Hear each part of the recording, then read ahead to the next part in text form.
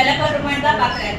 அப்ப என்ன பண்ணும், எவ்வளவு குறை வந்தாலும் கர்த்தரை நோக்கி என்ன பண்ணும், நன்றி செலுத்துறதை எப்பவுமே நிப்பாட்டக்கூடாது. கர்த்தரை நோக்கி எப்பவுமே நாம அனுதினமும் நன்றி செலுத்தும் போது நம்ம காரியம் என்ன பண்ணும், எல்லாமே வாய்ப்போம். அந்த விசுவாசத்தோட இதை பண்ணலாம். இதுவரை நடத்தி